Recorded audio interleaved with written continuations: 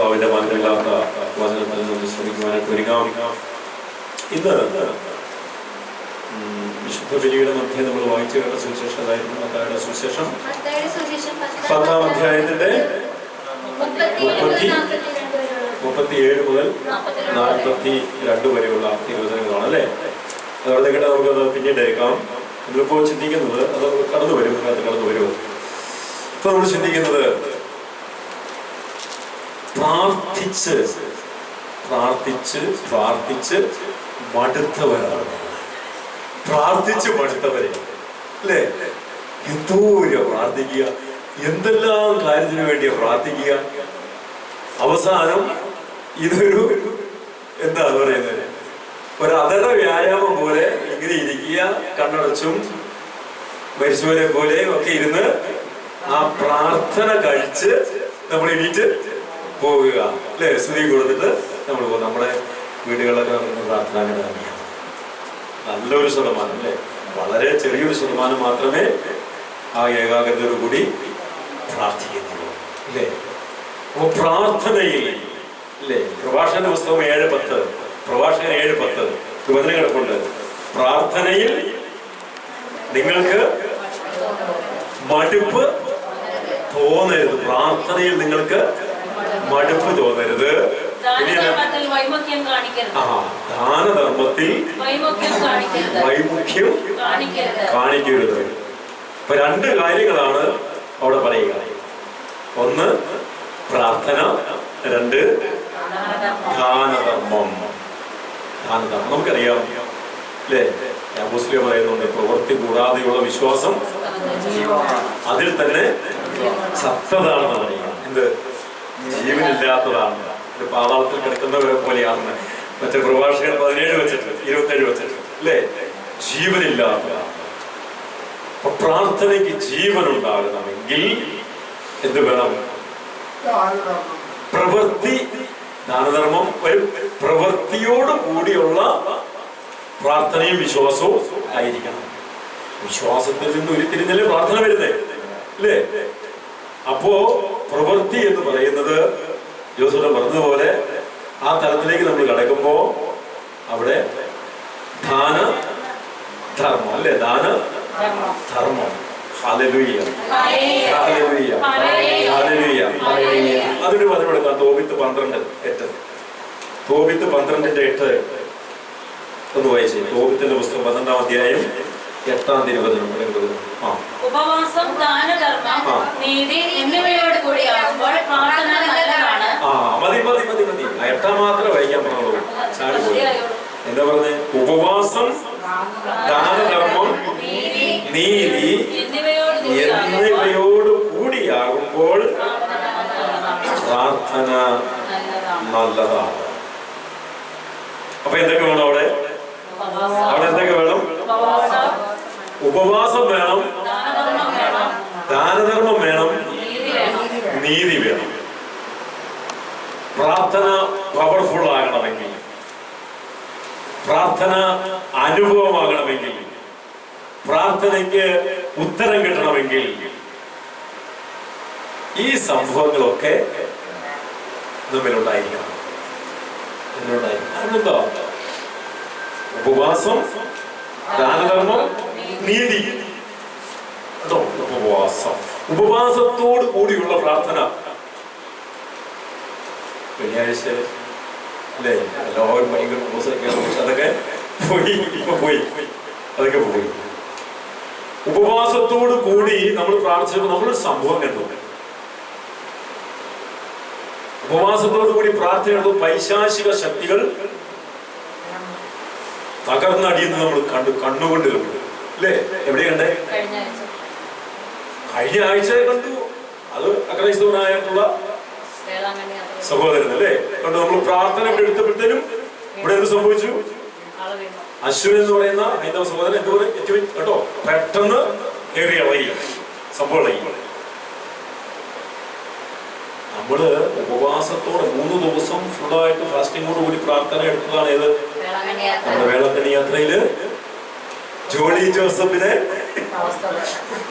നമ്മൾ കെട്ടിയിട്ടത്. ഉപവാസത്തോടു കൂടിയുള്ള പ്രാർത്ഥനയ്ക്ക് വലിയ ശക്തിയുണ്ട്. ആഴ്ചയിൽ ഒരു ദിവസം നമുക്ക് ഉപവസിക്കാനായിട്ട് പറ്റണം. മെഡിക്കൽ സയൻസ് പറയുന്നില്ല ബിജു? മെഡിക്കൽ സയൻസ് പറയുന്നത് എന്താ? ഉപവാസം ഒരു ദിവസം എന്ന് പറയുന്നത് എന്നാണ്?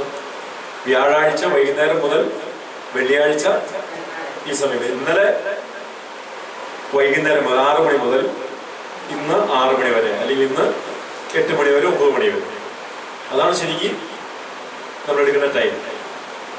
ഇത്രയും സമയം നമ്മൾ ഉപവസിക്കുമ്പോൾ ഒന്ന് ഓർക്കണം, സ്പിരിച്വൽ പവർ കൂടുക മാത്രമല്ല, നമ്മുടെ ഇമ്മ്യൂണിറ്റി പവർ വർദ്ധിക്കും. അതായത് ഇമ്മ്യൂണിറ്റി പവർ വർദ്ധിച്ചാൽ എന്താ സംഭവിക്കുന്നത്? ഇമ്മ്യൂണിറ്റി പവർ വർദ്ധിച്ചാൽ എന്താ സംഭവിക്കുന്നത്? ഇമ്മ്യൂണിറ്റി പവർ നമുക്ക് പ്രതിരോധ ശക്തി കൂടുതൽ കിട്ടുമ്പോ പെട്ടെന്നൊന്നും ഒരു രോഗാണു കയറി അറ്റാക്ക് ചെയ്തില്ല. മനസ്സിലായോ? ഇമ്മ്യൂണിറ്റി പവർ ഇത് ഉപവാസത്തിലൂടെയാണ് കിട്ടുക. ഉപവാസങ്ങൾക്ക് മെഡിക്കൽ സയൻസ് പറയുന്നത് അതിൻ്റെ ഇടയ്ക്ക് ഭക്ഷണം കഴിക്കാൻ പാടില്ല, വെള്ളം കുടിക്കാം, വേറെ ഒന്നും കഴിക്കാൻ പാടില്ല.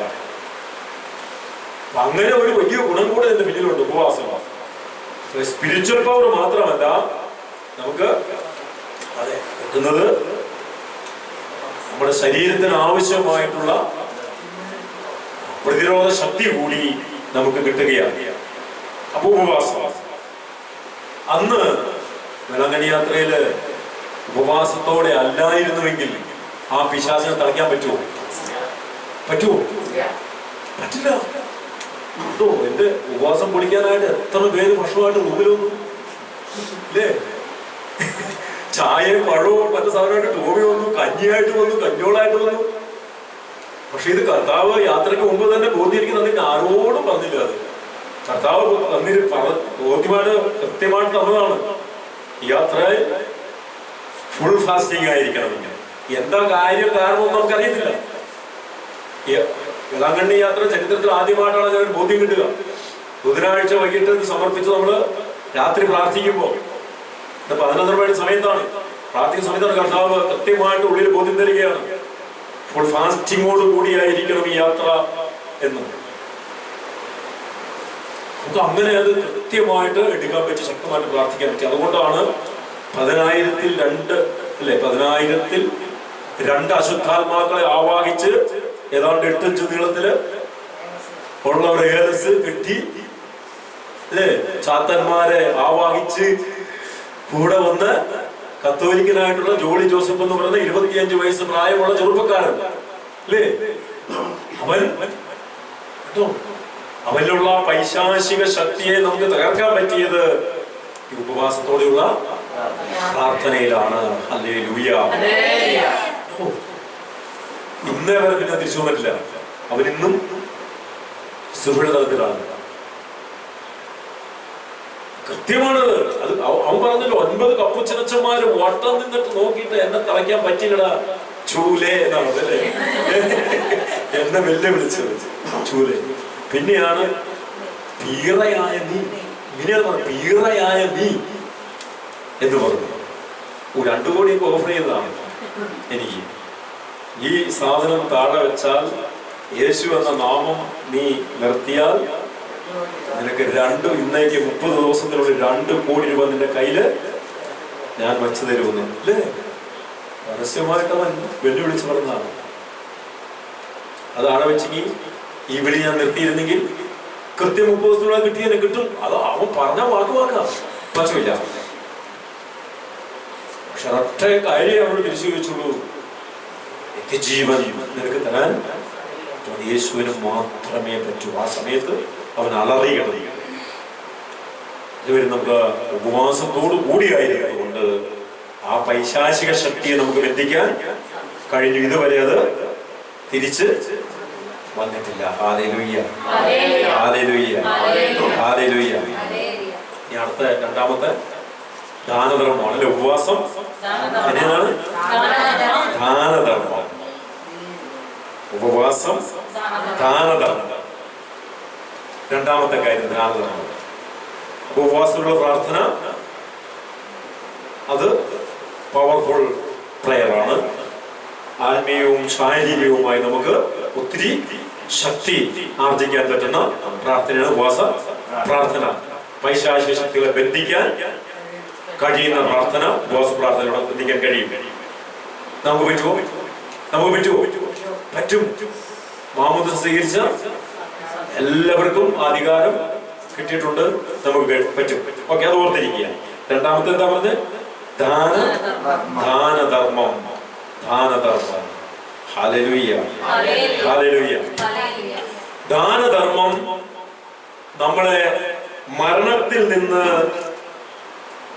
രക്ഷിക്കുന്നു. ഒന്ന്, മരണത്തിൽ നിന്ന് ജീവനിലേക്ക് നമ്മളെ പ്രവേശിപ്പിക്കുന്നു. ഒന്ന്. രണ്ട്, ദാനധർമ്മം സകല പാപങ്ങളും നമ്മിൽ നിന്ന് തുടച്ച് നീക്കുന്നു. ഹല്ലേലൂയ. തോബീത്തിന്റെ പുസ്തകം 12-ാം അധ്യായത്തിന്റെ 9-ാം തിരുവചനം 12:9. തോബീത്ത് 12:9. ദാനധർമ്മം മരണത്തിൽ നിന്ന് നമ്മെ രക്ഷിക്കുന്നു. അത് സകല പാപങ്ങളും തുടച്ചു നീക്കുന്നു. ജീവിതത്തിന്റെ പൂർണ്ണത ആസ്വദിക്കും. ഹല്ലേലൂയ. അപ്പോ ദാനധർമ്മത്തിലൂടെ നമ്മുടെ നിരവധിയായ പാപങ്ങൾ ക്ഷമിച്ചു കിട്ടുന്നു. അതിലൂടെ മറ്റൊരു കാര്യം കൂടി അവിടെ പറഞ്ഞു വെക്കുന്നു. എന്ത്? നമ്മൾ മരണത്തിൽ നിന്ന് ജീവനിലേക്ക് പ്രവേശിക്കുന്നു, അഥവാ മരണത്തിൽ നിന്ന് നമ്മെ രക്ഷിക്കുന്നു. Hallelujah, hallelujah, hallelujah, hallelujah. പിന്നെ ഒപ്പം തന്നെ മറ്റൊരു സംഭവം കൂടെയുണ്ട്. ഈ മരണത്തിൽ നിന്ന് ജീവനിലേക്ക് നമ്മൾ കടക്കുന്ന മറ്റൊരു സംഭവം കൂടെയുണ്ട്. അത് നമ്മുടെ സഹോദര സ്നേഹമാണ്. ഐക്യം, സ്നേഹം, സഹോദര സ്നേഹം. ഇതും നമ്മളെ മരണത്തിൽ നിന്ന് ജീവനിലേക്ക് പ്രവേശിപ്പിക്കുന്നു. 1 യോഹന്നാൻ 3:14. യോഹന്നാന്റെ ലേഖനം, 1-ാമത്തെ ലേഖനം 3-ാം അധ്യായത്തിന്റെ 14-ാം തിരുവചനം. അതോടെ ഇത് വായിച്ച്.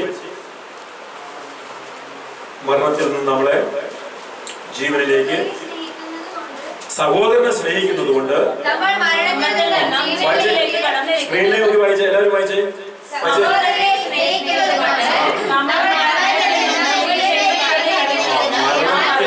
മരണത്തിൽ നിന്ന് ജീവനിലേക്ക് നമ്മൾ കടന്നിരിക്കുന്നു. Hallelujah, hallelujah. സഹോദരനെ സ്നേഹിക്കുന്നത് കൊണ്ട് നോക്കിയേ, സ്നേഹത്തിൽ വിള്ളലുണ്ടെങ്കിൽ നമുക്കുണ്ട്, എല്ലാവർക്കും ഉണ്ടത്. പക്ഷെ ഇതൊന്ന് കറക്റ്റ് ചെയ്യാൻ വേണ്ടിയിട്ടാണ് വചനം കർത്താവ് തരുന്നത്. അവിടെ എവിടെയെങ്കിലൊക്കെ നമുക്ക് കറക്ഷൻസ് വരുത്താനുണ്ടെങ്കിൽ നമ്മൾ വരുത്തിക്കൊള്ളണം. കാരണം ഓരോ ആരാധനയിലും ഓരോ ബോധ്യങ്ങള് ആത്മാവ് തരുന്നത് അതിനു വേണ്ടിയിട്ടാണ്. നമുക്കറിയാം നമ്മുടെ ജീവിതം എന്തിനു വേണ്ടിയാണ്, നമ്മൾ എന്ത് ലക്ഷ്യം വെച്ചാണ് ഈ ആരാധിക്കുന്നതും കർത്താവിനെ സ്തുതിക്കുന്നതും ഈ ഭൂമിയിൽ നമ്മൾ ജീവിക്കുന്നതും. നിത്യതയിലേക്കുള്ള കടന്നുപോക്ക് ലക്ഷ്യം വെച്ചിട്ടാണ്, അല്ലേ? നിത്യത സ്വന്തമാക്കാൻ വേണ്ടിയിട്ടാണ്. നിത്യത സ്വന്തമാക്കുക എന്ന് പറഞ്ഞാൽ ജീവനിലേക്ക് പ്രവേശിക്കുക. നിത്യത സ്വന്തമാക്കാൻ പറ്റിയില്ലെങ്കിൽ നമ്മൾ എവിടെയാ? നമ്മൾ മരണത്തിൽ തന്നെയാണ്, പാതാളത്തിലാണ്. പാതാളത്തിൽ പതിക്കുന്നവനെ പോലെ. അതിന്റെ വേറെ കുറെ ഓപ്ഷനൊക്കെ വരുന്നുണ്ട്, ശുദ്ധീകരണ സ്ഥലമൊക്കെ വരുന്നുണ്ട്. ശുദ്ധീകരണ സ്ഥലം എന്നൊക്കെ പറയുമ്പോഴും പാതാളത്തിന്റെ ഏതാണ്ട് സമാനമായ അവസ്ഥ തന്നെയാണ്. ഇല്ല, മാറ്റമൊന്നും ഇല്ല. അങ്ങനെയാണ് പോയിട്ട് വന്നേക്കുന്നവർ പറയാ. പോയിട്ട് വന്നേക്കണ കുറെ ശുദ്ധന്മാരൊക്കെ ഉണ്ട് കണ്ടേക്കുന്നവർ, അവരൊക്കെ അങ്ങനെയാണ് പറയുക. ഓക്കെ, അതെന്തോ ആകട്ടെ, നമുക്ക് സഹോദരങ്ങളെ ചേർത്ത് പിടിക്കാൻ, സ്നേഹിക്കാൻ, ഒരുമയോടെ ഒത്തിരിമോടെ മുമ്പോട്ട് പോകാൻ നമുക്ക് സാധിക്കുന്നുണ്ടോ എന്നുള്ളതാണ്, കഴിയുന്നുണ്ടോ എന്നുള്ളതാണ് നമ്മുടെ വിഷയം. അവിടെ നിരപ്പ് പ്രാപിക്കാനുണ്ടെങ്കിൽ നമ്മൾ എന്ത് ചെയ്തോളണം? നിരപ്പ് പ്രാപിച്ചു കൊള്ളണം. Hallelujah, hallelujah, hallelujah. അതുപോലെ തന്നെ ഈ മരണത്തിൽ നിന്ന് നമുക്ക് രക്ഷ നേടിത്തരുന്ന ഒരു മരണം എന്ന് ഉദ്ദേശിക്കുമ്പോൾ ഓർക്കണം, ഇത് ആത്മീയ മരണമാണ്, ശാരീരിക മരണമല്ല. ആത്മാവിന്റെ മരണമാണ്. ആത്മാവിന്റെ മരണം അതാണ് ഏറ്റവും അപകടം പിടിച്ച മരണം, അല്ലേ? അവസ്ഥ ഒരു മനുഷ്യന്റെ ജീവിതത്തിൽ ഏറ്റവും അപകടം പിടിച്ച അവസ്ഥ എന്ന് പറഞ്ഞാൽ ആത്മാവിൽ മരിച്ചിരിക്കുന്ന അവസ്ഥയാണ്. അതുപോലെ യാക്കോബ് ലേഖനം 5-ാം അധ്യായത്തില് അതിന്റെ 20-ാമത്തെ തിരുവചനത്തില് യാക്കോബ് 5:20 ഒരു വചനം കിടപ്പുണ്ട്. അതിങ്ങനെയാ പറയുക, പാപിയെ തെറ്റായ മാർഗത്തിൽ നിന്നും പിന്തിരിപ്പിക്കുന്നവൻ. പറഞ്ഞേ, തന്റെ ആത്മാവിനെ മരണത്തിൽ നിരക്ഷിക്കുക. അപ്പൊ മനസ്സിലായോ, ഇവിടെ രക്ഷ ആത്മാവിന്റെയാണ്, മരണം ആത്മാവിൽ സംഭവിക്കുന്നതാണ് അപകടം പിടിച്ച സംഭവം, ശരീരത്തിലല്ല. അപ്പൊ തന്റെ ആത്മാവിനെ മരണത്തിൽ നിന്ന് രക്ഷിക്കുകയും നിരവധിയായ പാപങ്ങൾ തുടച്ച് കണ്ടോ, നിരവധിയായ പാപങ്ങൾ തുടച്ചു മാറ്റുകയും. അത് തന്നെയാണ് നമ്മൾ 9 വായിച്ച തോപത്തിന്റെ, അല്ലേ? ദാനധർമ്മം മരണത്തിൽ നിന്ന് രക്ഷിക്കുന്നു, സകല പാപങ്ങളെയും തുടച്ച് നീക്കുന്നു. തന്നെ ഇവിടെ വീണ്ടും ആവർത്തിക്കുകയാണ്. യാക്കോബ് ശ്രീകാട് ലേഖനം 5-ാം അധ്യായം 20-ാം വാക്യം, പാപിയെ തെറ്റായ മാർഗത്തിൽ നിന്ന് പിന്തിരിപ്പിക്കുന്നവൻ.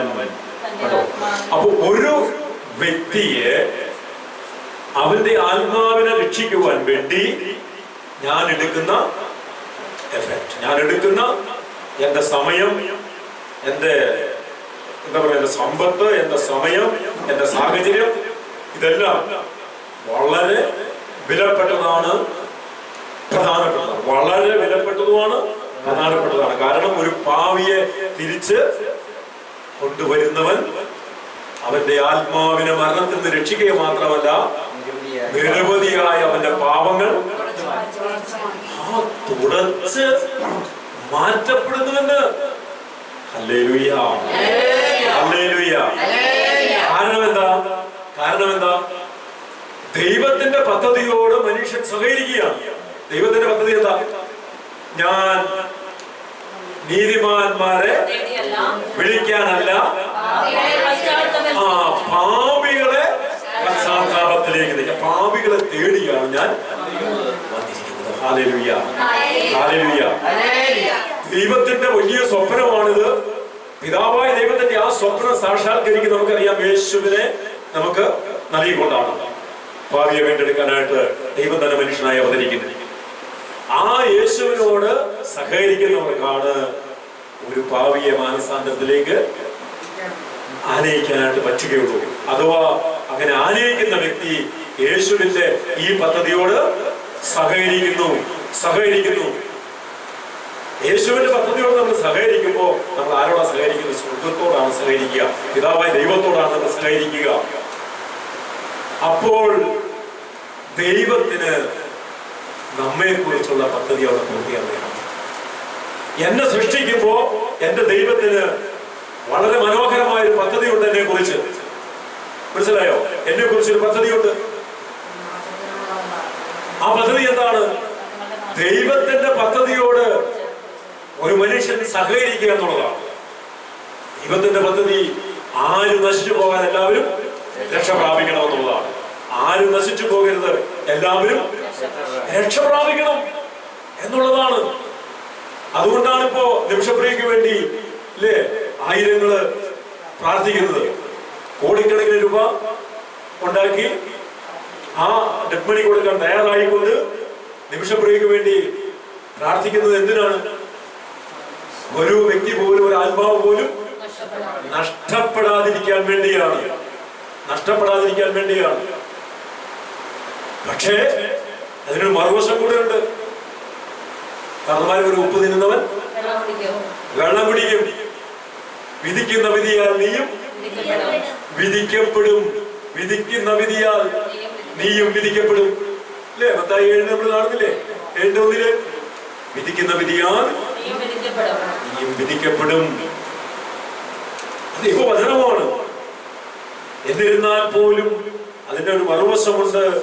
അതാണ് നമ്മൾ പ്രാർത്ഥിക്കുക ആ വ്യക്തിക്ക് വേണ്ടിയിട്ട്.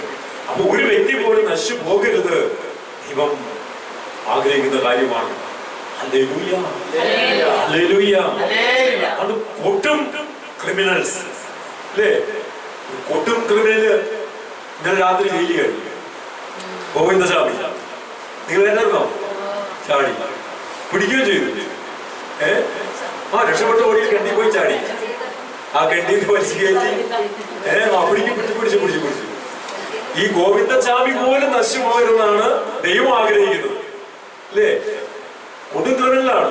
തമിഴ്നാട്ടിലും കർണാടകത്തിലും ഇപ്പൊ കേരളത്തിലും വന്ന സ്വാമിയെ ട്രെയിനിൽ നിന്ന് തള്ളിയിട്ട് അതിക്രൂരമായി റേപ്പ് ചെയ്ത് ഒന്ന് തക്ക ശിക്ഷ കിട്ടേണ്ടതാണ്. മനസ്സിലായോ? തക്ക ശിക്ഷ കിട്ടണം. ഇതാ വചനം, വിധിക്കുന്ന വിധികൾ നീയും വിധിക്കപ്പെടും അല്ലേ. എന്നിരുന്നാലും ഒരു വ്യക്തി നശിച്ചു പോകുക, ആത്മാവ് നശിച്ചു പോകുന്ന ദൈവം ആഗ്രഹിക്കുന്നുണ്ട്. Hallelujah, hallelujah, hallelujah. അപ്പോ ദാനധർമ്മം അല്ലേ, നമ്മൾ ചാരിറ്റിയൊക്കെ ചെയ്യുന്നത് ഇതിൽപ്പെടും.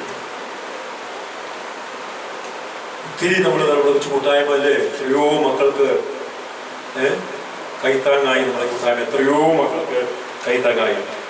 അപ്പോ മരണത്തിൽ നിന്ന് നമ്മളെ വിടുവിക്കുന്നു, ഒപ്പം തന്നെ സകല പാപങ്ങളും തുടച്ച് നീക്കുന്നു. സകല പാപങ്ങളും തുടച്ച് നീക്കുന്നു. Hallelujah, hallelujah, hallelujah. അടുത്തത് എന്താ? നീതിയാണ്. മൂന്നാമത്തെ ദാനധർമ്മം അല്ല, ഉപവാസം, ദാനധർമ്മം, നീതി. നീതി നോക്കിക്കേ, പ്രാർത്ഥന ഫലവത്താകണമെങ്കിൽ നമ്മിൽ നിന്ന് വരേണ്ട ചില കാര്യങ്ങളായി പറയുന്നത്. ഉപവാസം, ദാനധർമ്മം, നീതി. പ്രാർത്ഥനയിൽ നമുക്ക് പിടിച്ചു നിൽക്കാൻ പറ്റാത്തതിന്റെ, നമുക്ക് വളരാൻ പറ്റാത്തതിന്റെ ഒരു ചെറിയ അന്വേഷണമാണ്. എന്തുകൊണ്ട്? നീതി, നീതിമാന്റെ പ്രാർത്ഥന, നീതിമാന്റെ പ്രാർത്ഥന.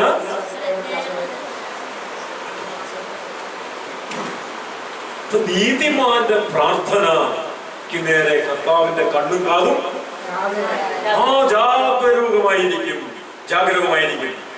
അല്ലേ. നമ്മുടെ കുറിച്ച് എന്താ പറയുന്നത്? അവൻ നീതിമാൻ ആകയാൽ, അവൻ നീതിമാൻ ആകയാൽ. പ്രാർത്ഥിക്കുമ്പോ, ആരാധിക്കുമ്പോ, സ്തുതിക്കുമ്പോ, ദൈവനാമത്തിന് മഹത്വം കൊടുക്കുമ്പോ, പ്രാർത്ഥനയും ആരാധനയും സ്തുതിക്കുമ്പോ ദൈവനാമത്തിന് മഹത്വം കൊടുക്കുമ്പോ എന്നിൽ എന്തുണ്ടായിരിക്കണം?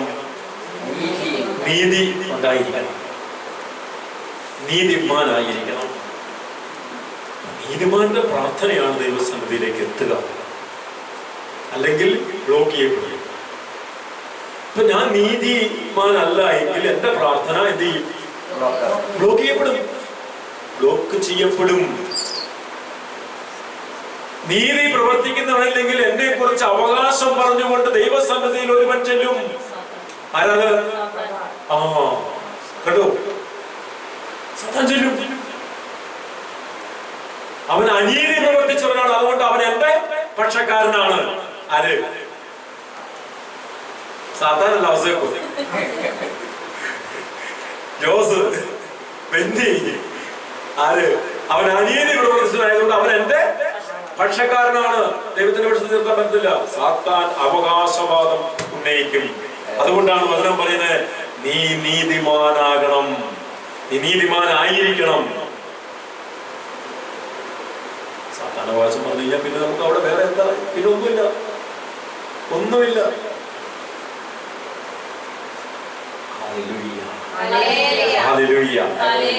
അതുകൊണ്ട് 30 വർഷമായി, 40 വർഷമായി, 10 വർഷമായി, 15 വർഷമായി പ്രാർത്ഥിച്ചു തുടങ്ങിയിട്ട്, 60 വർഷമായി പ്രാർത്ഥിച്ചു തുടങ്ങിയിട്ട് പ്രാർത്ഥന അഭിഷേകം വരുന്നില്ല, പ്രാർത്ഥനയ്ക്ക് ശക്തിയില്ല, ഏകാഗ്രത കിട്ടുന്നില്ല. ഇങ്ങനെ കൂടി ഒന്ന് പ്രാർത്ഥിച്ചു നോക്കാൻ ദൈവത്തിന്റെ ആത്മാവ് നമ്മളെ പ്രേരിപ്പിക്കുകയാണ്. നിങ്ങൾ ഇങ്ങനെ കൂടി ഒന്ന് പ്രാർത്ഥിച്ചു. ഉപവാസം, ദാനധർമ്മം, നീതി. ഇതിലൂടെ വരുന്ന അനുഗ്രഹം ആർക്കാ? നമുക്കല്ലേ? നമുക്ക് തന്നെയാണ് ഈ അനുഗ്രഹം മുഴുവനും വരുന്നത്. Hallelujah, hallelujah, hallelujah. നമ്മുടെ പ്രാർത്ഥന ആ അവസ്ഥയിലേക്ക് ഉയരണം. നമുക്ക് അവസാനിപ്പിക്കാം. ഇന്ന് വിശുദ്ധ ബലിയുടെ മധ്യേ വായിച്ചു കേട്ട ആ സുവിശേഷം കൂടെ ഒന്ന് വായിച്ചിട്ട് നമുക്കൊന്ന് അവസാനിപ്പിക്കാം. ഹല്ലേലൂയ. എന്നേക്കാൾ അധികം പിതാവിനെയോ മാതാവിനെയോ സ്നേഹിക്കുന്നവൻ എനിക്ക് യോഗ്യനല്ല. എന്നേക്കാൾ അധികം പുത്രനെയോ പുത്രിയെയോ സ്നേഹിക്കുന്നവനും എനിക്ക് യോഗ്യനല്ല. സ്വന്തം കുരിശെടുത്ത് എന്നെ അനുഗമിക്കാത്തവൻ എനിക്ക് യോഗ്യനല്ല. സ്വന്തം ജീവൻ കണ്ടെത്തുന്നവൻ അത് നഷ്ടപ്പെടുത്തും. എന്നെ പ്രതി സ്വന്തം ജീവൻ നഷ്ടപ്പെടുന്നവൻ അത് കണ്ടെത്തും. Hallelujah, hallelujah. ഇന്ന് വിശുദ്ധ ബലിയുടെ മധ്യേ വായിച്ചു കേട്ട സുവിശേഷമാണ് 37 മുതൽ മത്തായി 10 37 മുതൽ 39 വരെ വചനങ്ങൾ. എന്നാൽ അതിന്റെ ആ പാരഗ്രാഫ് തുടങ്ങുന്നത് 34 മുതലാണ് തുടങ്ങുന്നത്. ആ തുടങ്ങുന്നത് എങ്ങനെയാണ്? ഭൂമിയിൽ സമാധാനമാണ് ഞാൻ കൊണ്ടുവന്നിരിക്കുന്നത് എന്ന് നിങ്ങൾ വിചാരിക്കരുത്. തീർന്നു. സകല വെടിക്കെട്ടുകൾ തീർന്നു. എന്തിനാ പ്രാർത്ഥിക്കാൻ പോണേ? എന്തിനാ ആരാധിക്കാൻ പോണേ? അല്പം സമാധാനം കിട്ടാൻ വേണ്ടി, അല്ലേ? ഒരിച്ച് സമാധാനം കിട്ടാൻ വേണ്ടിയാണ് നമ്മൾ പ്രാർത്ഥിക്കാൻ പോകുന്നത്. ഇവിടെ പറയുകയാണ്, സമാധാനമാണ് ഭൂമിയിലേക്ക് ഞാൻ കൊണ്ടുവന്നിരിക്കുന്നത് നിങ്ങൾ വിചാരിക്കരുത്. സമാധാനമല്ല, വാളാണ് ഞാൻ കൊണ്ടുവന്നിരിക്കുന്നത്. ഇനി അതിന്റെ കാരണം, സമാധാനമില്ലാത്തതിന്റെ കാരണം എന്തെന്നാൽ ഒരുവനെ തന്റെ പിതാവിനെതിരായും മകളെ അമ്മയ്ക്കെതിരായും മരുമകളെ അമ്മായിമ്മയ്ക്കെതിരായും ഭിന്നിപ്പിക്കാനാണ് ഞാൻ വന്നിരിക്കുന്നത്. ഹല്ലേലൂയ. ഐക്യപ്പെടുത്തുന്ന ദൈവം, സമാധാനത്തിൽ ഒന്നിപ്പിക്കുന്ന ദൈവം, സ്നേഹത്തിന്റെ നിർവ്വളമായ ദൈവം പറയുകയാണ്, ഞാൻ ഭിന്നിപ്പിക്കാനാണ് വന്നിരിക്കുന്നത്. ഹല്ലേലൂയ. എങ്ങനെ ശരിയാകുന്നത്? എങ്ങനെ ശരിയാകുന്നത്? എങ്ങനെ ശരി? എന്താ ഇതിന്റെ സംഭവം? എന്താ ഇതിന്റെ സംഭവം? ഒരു നോക്കിയേ, എന്നിട്ട് വന്നിരിക്കുന്നത് എന്നിട്ട് പറയാം, സ്വന്തം കുടുംബത്തിൽപ്പെട്ടവർ തന്നെയായിരിക്കും ഒരുവന്റെ ശത്രുക്കൾ. കണ്ടോ? ആരാ ശത്രുക്കള്?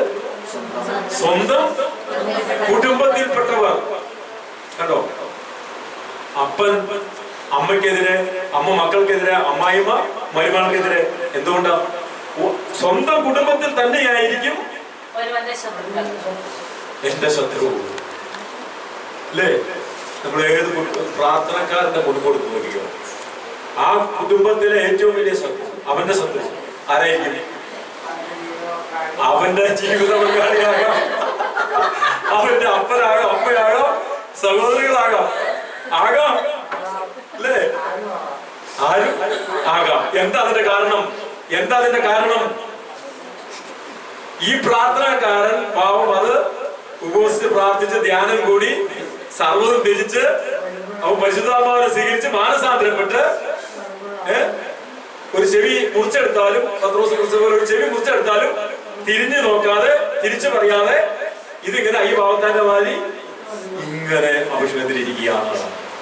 മറ്റേയാളോ മാനസാന്തരപ്പെട്ടിട്ടില്ല, ധ്യാനം കൂടിയിട്ടില്ല, പരിശുദ്ധാത്മാവിനെ സ്വീകരിച്ചിട്ടില്ല, അനുദപിച്ചിട്ടില്ല. ശത്രു എവിടെ തന്നെയുണ്ട്? കണ്ടോ? ആത്മാവിൽ നിറഞ്ഞവനും ലോകാരൂപിയിൽ നിറഞ്ഞവളും. ശത്രു എവിടെയാ? തമ്മിലടിയായി. ആര് തമ്മില്? ഈ ദുഷ്ടാരൂപിയും ഈ ദൈവാരൂപിയും തമ്മില് പ്രശ്നമാണ്. ചേരുവോ? നെഗറ്റീവ് പോസിറ്റീവ് ചേരുവോ? ഇതാണ് കർത്താവ് പറയുന്നത്. ഒരു കുടുംബത്തിൽ തന്നെ ആയിരിക്കും ശത്രു എന്ന് പറയുമ്പോൾ അതിതാണ്. കുടുംബത്തിലുള്ളവര് എല്ലാവരും ഒരുമിച്ച് ഒരു അനുതാപത്തിലേക്കോ പശ്ചാത്താപത്തിലേക്കോ മാനസാന്തരത്തിലേക്കോ കടന്നു വരുന്നില്ല എന്നുള്ളത് വലിയ അപകടം പിടിച്ച ഒരു സംഭവമാണ്. പിന്നെന്താ പറയുന്നത്? എന്നേക്കാൾ അധികം പിതാവിനെയോ. അതൊരു കെട്ടാണ്, അതൊരു വലിയ കെട്ടാണ്. ചിലർക്ക് അപ്പൻ, അല്ലെങ്കിൽ ചിലർക്ക് അമ്മ, ചിലർക്ക് മക്കള്, അല്ലേ? ചിലർക്ക് മക്കള് വിഗ്രഹമാണ് അവർ. മക്കള്, ചിലർക്ക് അമ്മ, ചിലർക്ക് അപ്പൻ, ചിലർക്ക് സമ്പത്ത്, ചിലർക്ക് ജോലി, പലർക്കും പല മേഖലയാണ്. അങ്ങനെ എന്നേക്കാൾ അധികമായി ആരെയെങ്കിലും സ്നേഹിക്കുന്നുണ്ടെങ്കിൽ അവൻ എനിക്ക് യോഗ്യനല്ല. എന്നിട്ട് അവസാനം പറയുകയാണ്, നീ നിന്റെ കുരിശെടുത്ത് എന്നെ അനുഗമിക്കുക. നീ നിന്റെ കുരിശിൽ ഇന്ന് കർത്താവിനെ ആശ്വസിപ്പിക്കാൻ നടക്കുന്നവരാ മുഴുവനും. കർത്താവിന്റെ കുരിശെടുത്തിട്ട് അല്ലേ, കർത്താവിന്റെ കുരിശൻ ചോദിച്ചാ നടക്കുന്നത്. കർത്താവിനെ ആശ്വസിപ്പിക്കുക. ഞാൻ നേരത്തെ പറഞ്ഞു, 2 ടൺ ഭാരമുള്ള കുരിശൻ ചുമന്നുകൊണ്ട് മലയാറ്റൂർ മല കേറി എത്രയോ പേര്. അവന്റെ ജീവിതത്തിൽ ഒരുപക്ഷെ മാനസാന്തരം വന്നിട്ട് ഉണ്ടായിരിക്കണമെന്നില്ല, അനുദപിച്ചവനായിരിക്കണമെന്നില്ല, മാനസാന്തരപ്പെട്ടവനായിരിക്കണമെന്നില്ല, പരിശുദ്ധാത്മാവിനെ സ്വീകരിച്ചവനായിരിക്കണമെന്നില്ല. കർത്താവ് പറയാണ്, അനുദിന ജീവിതത്തിൽ നീ നിന്റെ കുരിശെടുക്കുക, എന്റെ കുരിശെടുക്കട്ടെന്ന്. ഇത് നോക്കിയേ, 95% ക്രിസ്ത്യാനികളും എടുക്കുന്ന ആരുടെ കുരിശാ? കർത്താവേ, നീ കുരിശി കിടന്ന് വേദനിക്കണ്ടാട്ടോ, ഞാൻ നിന്നെ ആശ്വസിപ്പിക്കാട്ടോ, ഞാൻ നിന്നെ തലോടാട്ടോ, ഞാൻ നിന്നെ ചേർത്ത് പിടിച്ചോളാട്ടോ. ഇതാ സംഭവം. കുരിശെടുക്കാൻ നമുക്ക്, നമ്മുടെ കുരിശെടുക്കാൻ നമുക്ക് കഴിയുന്നില്ലെങ്കിൽ എന്താ പറ്റുന്നത്? യോഗ്യനല്ല. ജീവൻ, അത് സ്വന്തം ജീവൻ കണ്ടെത്തുന്നവനാണ് നഷ്ടപ്പെടുന്നത്. യേശുവിനെ പ്രതി, സുവിശേഷത്തെ പ്രതി ജീവൻ പോലും പണയം വെച്ച്, ജീവൻ പോലും ത്യജിച്ച് കർത്താവിന് വേണ്ടി നിൽക്കുന്നവനാണ് സ്വർഗത്തിൽ സ്വീകാര്യൻ. കർത്താവിന് സ്വീകാര്യൻ. Hallelujah, hallelujah, hallelujah. യേശുവേ നന്ദി, യേശുവേ സ്തുതി. Hallelujah, hallelujah. ഒന്ന് കൺക്ലൂഡ് ചെയ്യാം. ഇതാ കർത്താവ് സമാധാനമാണ് ഞാൻ കൊണ്ടുവന്നിരിക്കുന്നത് വിചാരിക്കരുത്. സമാധാനമല്ല, വാളാണ്. എന്തുകൊണ്ടാണ് കർത്താവ് അങ്ങനെ പറഞ്ഞത്? നിങ്ങൾ ചിന്തിക്കുക.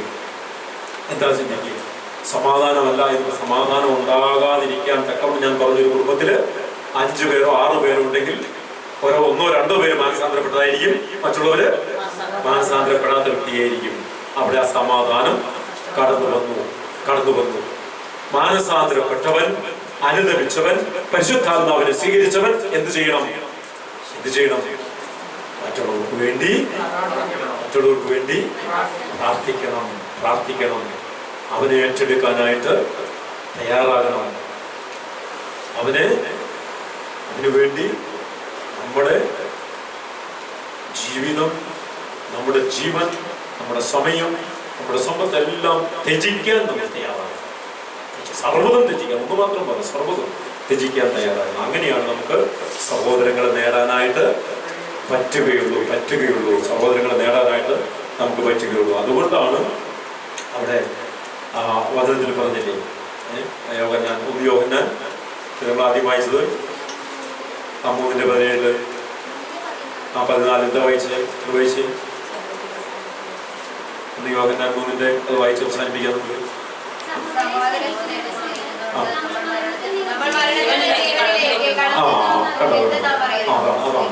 അപ്പോ മാനസാന്തരപ്പെടാത്ത വ്യക്തികൾ നമ്മുടെ കുടുംബത്തുണ്ടെങ്കിൽ അവരെ നമ്മൾ മരണത്തിന് ജീവനിലേക്ക് കിടക്കും. നിരവധിയായ പാവങ്ങൾ ക്ഷമിക്കപ്പെടും. അതാണ് പാവിയെ മാനസാന്തരത്തിലേക്ക് നയിക്കുന്നത്. ഇത് ചെയ്യാനായിട്ട് നമ്മൾ കഴിയണം.